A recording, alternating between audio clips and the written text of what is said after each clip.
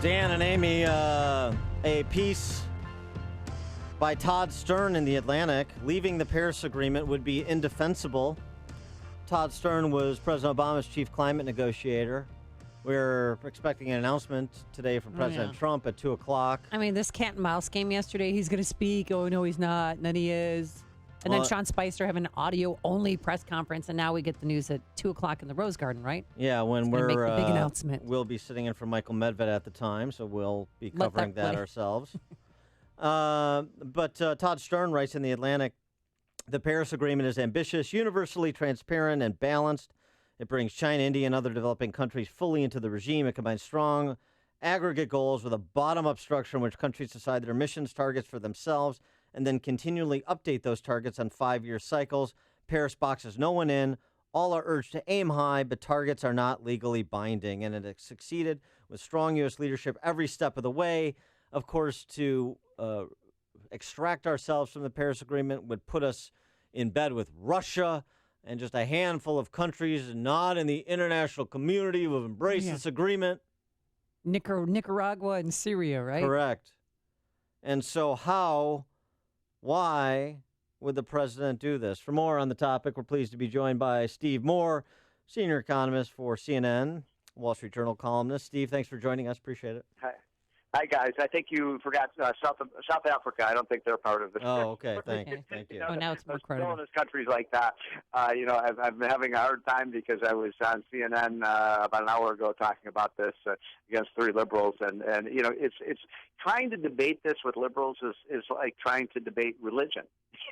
Because climate change has really become a religion to these people. And, the host of the show was saying, oh, my God, we have to do this. There's so many more hurricanes and floods and droughts. And I'm like, no, there's not. I think in the last 100 years, there's not more hurricanes, floods, or droughts. And then she said, but 97% of the scientists agree this is happening. No, it's not true. There are thousands of scientists who say it's not happening. It may not be happening because of producing energy in the United States. But here's I think the main point that this is about jobs. And we did a study at Heritage Foundation that indicates this climate change deal, if we were to be party of it, and if we were to honor the agreement. I mean, the left wants both ways on this, guys. On the one hand, they say, oh, this is going to change the whole world, and we're going to save the planet. On the other hand, they say, oh, it's just voluntary. It's just voluntary. None of these other countries are going to do it. I mean, China and India are building literally scores and scores of new coal plants while they laugh at us behind our back and say, yes, Mr. President, you shut down all your coal plants and all your oil and gas facilities. We'll be right behind you.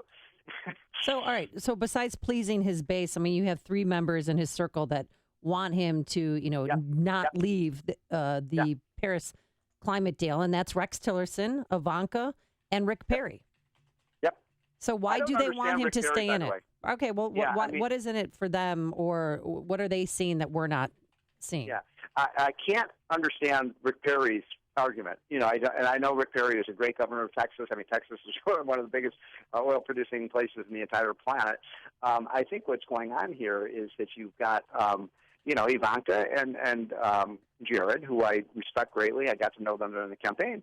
I think they hang out with kind of Manhattan liberals who would love to see. Look, the people who are going to lose their jobs are not TV reporters, and they're not, they're not college professors, and they're not, they're people who are working in the coal industry and truckers and people who work in steel plants. It's the working class Americans whose jobs are being put in jeopardy in this. And so, I got a laugh out of the news report this morning that Elon Musk he's going to leave his advisory. Frantic call to President Trump to get him to stay in the agreement. Well, why is that? Because Elon Musk gets $5 billion in federal subsidies every year. So, of course he wants the gravy train to continue. Elon Musk is getting rich off of climate change. It's the rest of Americans are paying a heavy price. Is there the potential of a middle way per Amy's discussion? God. Dan, are you going soft on me here? I'm not. No. I'm not. Oh, please don't accuse him of that. I'm not promoting a middle way. I'm saying, is there a potential that Trump is going to pursue a middle way because of this disagreement among his advisors that Amy described? Okay, I'm going to suggest the middle way actually, but I'm not going soft like you are, Dan. And I wrote this in my column this week, which is there is actually a sensible solution that I think would satisfy it wouldn't satisfy the left, but it would be maybe the right way to go. Why not declare this, quote, a treaty, and turn it over to the United States Senate and let them get 67 votes to approve this treaty. To ratify it, like a treaty, yeah. Exactly. Let's see how your two Illinois senators, Illinois is a co-producing state. Let's see how Dick Durbin votes on this. Let's see how Heidi Heitkamp of North Dakota, how is she going to vote on this?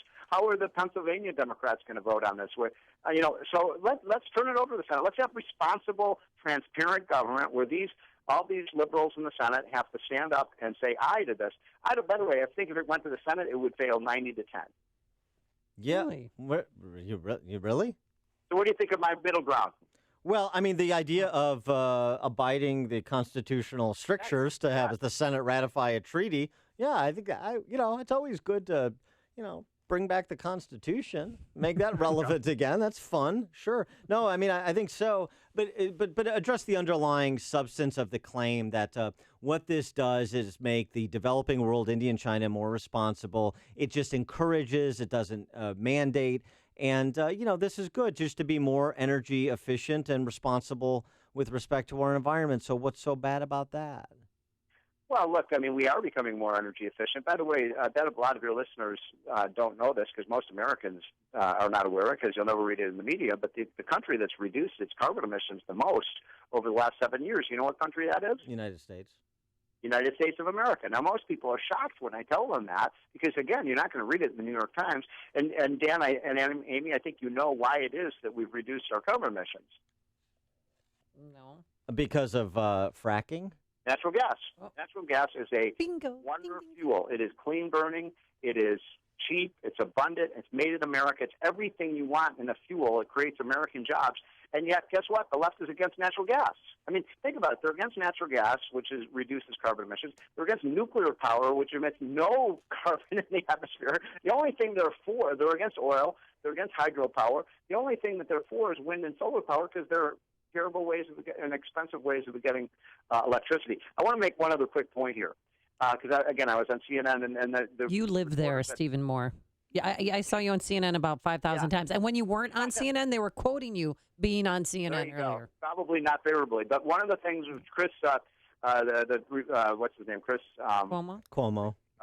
Yeah, he said this morning, this is going to reduce the global temperature to 2 centigrade points. No, it's not.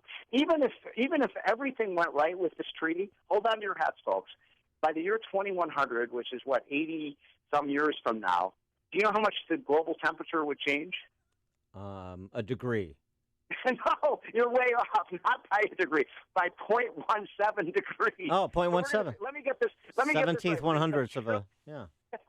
We're going to spend trillions of dollars on something that's supposed to, in 80 years, reduce the global temperature by 0.17 degrees.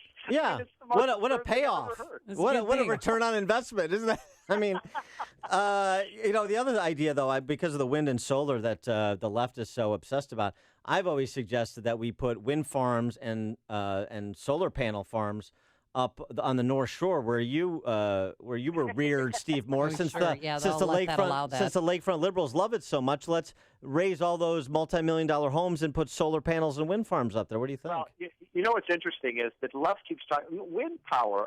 Solar does have a future. I do think there is a future for solar, but wind power is the dumbest way to get electricity. And by the way, if you wanted to light up Chicago every night with enough power to provide electricity at night for Chicago, you'd have to pave over the rest of the entire state with windmills. It's the dumbest. How is that green? He is Steve Moore, Wall Street Journal columnist, senior economist for CNN, and opponent of the Paris Agreement, or at least let the Senate decide. Steve, thanks for joining us. Appreciate it. By the way, guys, I was in Chicago yesterday. Everybody I talked to said, I listen to Dan and Amy in the morning, so you guys have a big audience. Thank you for that, Steve. You ran into my mother. Thank you. Oh, he did. He ran into Louise. Of course, Louise. She just gets around. She's all over the place. She's everywhere. And Stephen Moore joined us on our Turnkey.Pro answer line. It's news, opinion,